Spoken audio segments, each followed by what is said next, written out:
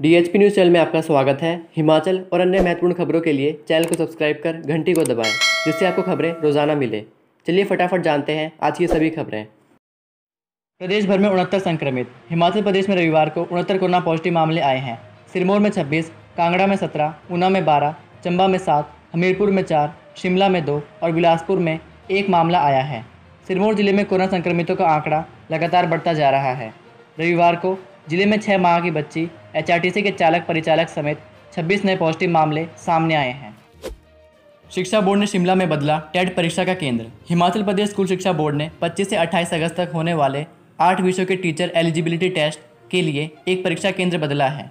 26 अगस्त को होने वाले टीजीटी टेट एलटी और 27 अगस्त को होने वाली टीजीटी की परीक्षाओं के लिए परीक्षा केंद्र 3778 रोहडू राजकीय वरिष्ठ माध्यमिक पाठशाला गर्ल्स बनाया गया था, जिसे कोविड केयर सेंटर बनने के कारण बदलकर नज़दीकी परीक्षा केंद्र 3785 रोहडू राजकीय वरिष्ठ माध्यमिक पाठशाला बाल शिमला बनाया गया है। उन्होंने कहा कि जिन अभ्यर्थियों के परीक्षा केंद्र को बदला गया है वे बोर्ड की वेबसाइट से अपने एडमिट कार्ड डाउनलोड कर सकते हैं। लाखों कमाने वाला पहलवान कोरोना काल में कर रहा कुल्ली का काम। कोरोना काल के कारण लाखों कमाने वाले पहलवान को अपना और अपने परिवार का पेट पालने के लिए कुल्ली का काम करना पड़ रहा है। कुल्ली का यह काम भी पहलवान को कड़ी मशक्कत के बाद मिला है। कांगड़ा जिले का ये नामी पहलवान बीते 2 महीनों से मंडी में कुल्ली का काम कर 2 वक्त की रोटी कमा रहा है। कोरोना की वजह से कुश्ती प्रतियोगिताओं पर फिलहाल रोक है। हिमाचल के बहुत से पहलवान ऐसे हैं जिनकी रोजी रोटी इन कुश्ती प्रतियोगिताओं पर टिकी हुई है। गोलू पहलवान ने राज्य सरकार से गुहार लगाई है कि कुश्ती प्रतियोगिताओं पर लगे प्रतिबंध को सरकार तुरंत प्रभाव से हटाए, ताकि प्रदेश के पहलवान अपना दमखम दिखाकर रोजी रोटी कमा सकें। हमीरपुर में स्क्रब टाइफस ने पसारे पांव, हफ्ते में आए 7 मरीज। हमीरपुर जिले में बरसात के मौसम में हर बार की तरह इस बार भी स्क्रब टाइफस ने पांव पसार लिए हैं। अस्पताल में बीते 1 सप्ताह में स्क्रब टाइफस के 7 मरीज सामने आए हैं। इनमें से 5 लोग अभी भी मेडिकल कॉलेज में उपचाराधीन हैं। रोजाना इक्का दुक्का लोग पीलिया से ग्रसित भी पाए जा रहे हैं। मेडिकल कॉलेज के मेडिसिन विशेषज्ञ डॉक्टर बाबेश बरवाल ने कहा कि लोगों को आजकल एक तो घास या झाड़ियों के नज़दीक जाना ही नहीं चाहिए। अगर ग्रामीण क्षेत्रों में पशु चारा के लिए लोग घास या झाड़ियों में जा रहे हैं तो पूरे शरीर को ढकने वाले कपड़े पहनने चाहिए। इससे पिस्सू के काटने से बचाव होगा।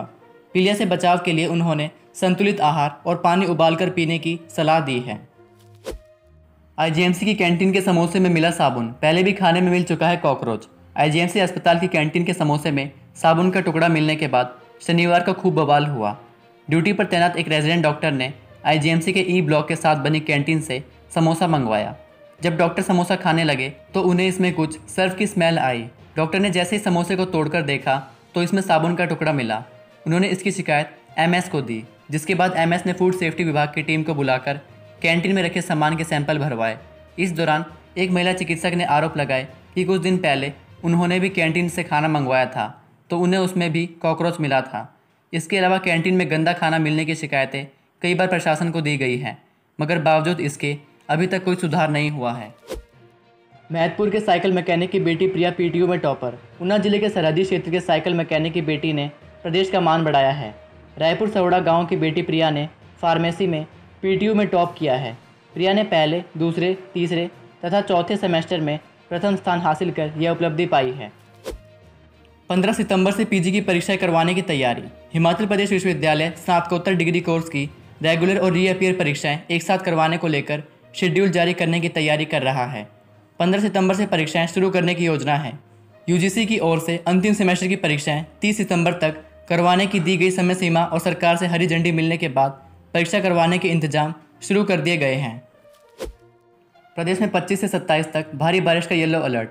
मौसम विज्ञान केंद्र शिमला ने प्रदेश के अधिकांश जिलों के लिए 25 से 27 अगस्त तक भारी बारिश का येलो अलर्ट जारी किया है। आज ऊना, बिलासपुर, कांगड़ा और सोलन जिलों के लिए येलो अलर्ट जारी किया गया है। भारी बारिश से प्रदेश में अब भी दर्जनों सड़कें और संपर्क मार्ग बंद हैं। रविवार को राजधानी शिमला में दिन भर बादल छाए रहे। प्रदेश में सबसे कम न्यूनतम तापमान केलांग में 10.4 डिग्री सेल्सियस, जबकि सबसे अधिकतम तापमान ऊना में 35.2 डिग्री सेल्सियस रिकॉर्ड किया गया है। शिक्षा बोर्ड की लापरवाही। पुनर्मूल्यांकन में अंक बढ़े तो मेरिट में आ गया तीसरा स्थान। 12वीं कक्षा की बोर्ड परीक्षाओं में प्रदेश स्कूल शिक्षा बोर्ड की लापरवाही सामने आई है। सोलन जिले की कंदर पंचायत के राजकीय वरिष्ठ माध्यमिक विद्यालय मांगल से 2019-20 के सत्र में 12वीं की परीक्षा देने वाली पूनम को बोर्ड ने 94.8 अंकों का प्रमाण पत्र दिया था। परिणाम निकलने के बाद पूनम को उसके अंक कम आने का संदेह हुआ। इसके बाद पूनम ने तीनों विषयों अंग्रेजी, इकोनॉमिक्स और बिजनेस स्टडी में पुनर्मूल्यांकन करवाने का फैसला किया। अब परिणाम आने के बाद वह 483 अंक लेकर 96.6% अंकों के साथ प्रदेश में तीसरे नंबर पर जगह बनाने में सफल रही है। बीपीएल अंत्योदय श्रेणी में शामिल हो गए असिस्टेंट प्रोफेसर, मेडिकल अफसर समेत 125 सरकारी अफसर। मोटी तनख्वाह पाने वाले हिमाचल के 125 सरकारी अफसर फर्जीवाड़ा कर गरीबों की सबसे निचली श्रेणी बीपीएल और अंत्योदय में शामिल हो गए हैं। ये अधिकारी सालों से डिपुओं में मिलने वाले गरीब लोगों के सस्ते राशन को डकार रहे हैं। खाद्य नागरिक आपूर्ति एवं उपभोक्ता मामले विभाग की रिपोर्ट में यह खुलासा हुआ है। विभाग में इन दिनों सरकारी करदाताओं को डिपो में मिलने वाले सस्ते राशन के कोटे से बाहर करने की प्रक्रिया चल रही है। इस दौरान 125 सरकारी अफसर ऐसे पाए गए जो स्कूल प्रवक्ता, मेडिकल अफसर, असिस्टेंट प्रोफेसर, एक्साइज टेक्नीशियन और अधीक्षक पद पर तैनात होने के बावजूद गरीब लोगों को मिलने वाले सस्ता राशन डकार रहे हैं। हिमाचल में मानसून की बारिश से 28,212 लाख का नुकसान। हिमाचल में भारी बारिश से अभी तक 28,212 लाख रुपए की क्षति हो चुकी है। प्रदेश में 142 लोगों की जान गई है, जबकि 4 लोग लापता हैं। मंडी जिले में सबसे अधिक 27 लोगों ने जान से हाथ धोया है। बिलासपुर जिले में सबसे अधिक 190 लाख की क्षति का आंकलन किया गया है। जिला शिमला में 81 लाख की क्षति हुई है। नई शिक्षा नीति पर प्रस्तुति देगा शिक्षा विभाग। नई शिक्षा नीति को लेकर सोमवार को प्रस्तावित मंत्रिमंडल की बैठक में प्रस्तुति दी जाएगी। शिक्षा मंत्री गोविंद सिंह ठाकुर ने बताया कि केंद्र सरकार द्वारा जारी की गई नई शिक्षा नीति को हिमाचल में किस प्रकार से लागू किया जाना है, इस नीति के तहत प्रदेश में पहले से क्या क्या किया गया है, इसको लेकर अब मंत्रिमंडल को अवगत करवाया जाएगा। गोविंद सिंह ठाकुर ने कहा कि राष्ट्रीय शिक्षा नीति 2020 को लागू करने में हिमाचल प्रदेश देश भर में बेहतरीन कार्य करेगा। केंद्र ने मुख्य सचिव को लिखा पत्र, हिमाचल से बाहर आने जाने वालों पर प्रतिबंध नहीं होगा। केंद्र सरकार के गृह सचिव ने हिमाचल प्रदेश के मुख्य सचिव को पत्र जारी किया है। इसमें लिखा है कि प्रदेश के भीतर और बाहर आने जाने वाले लोगों और वस्तुओं की आवाजाही पर कोई प्रतिबंध नहीं रहेगा।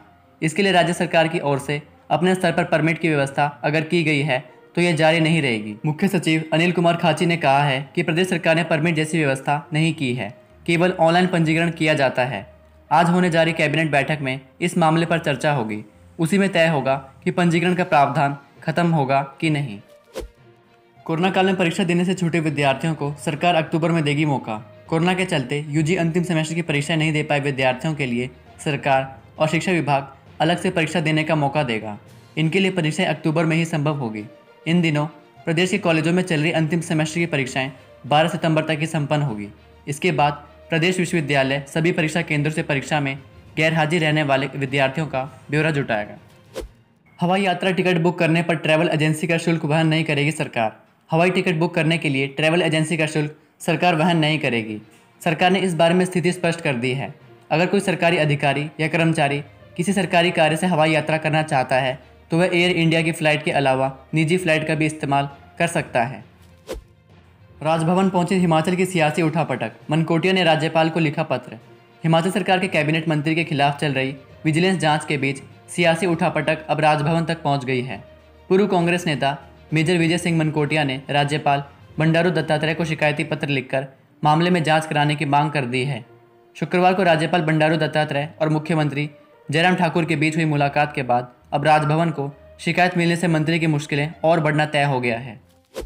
पथरीले और संकरे मार्ग से मणिमहेश यात्रा पर निकला श्रद्धालुओं का जत्था।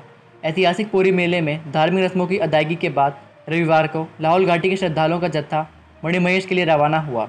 65 किलोमीटर की दुर्गम यात्रा के दौरान मणिमहेश पहुंचने में श्रद्धालुओं को 4 दिन का समय लगेगा।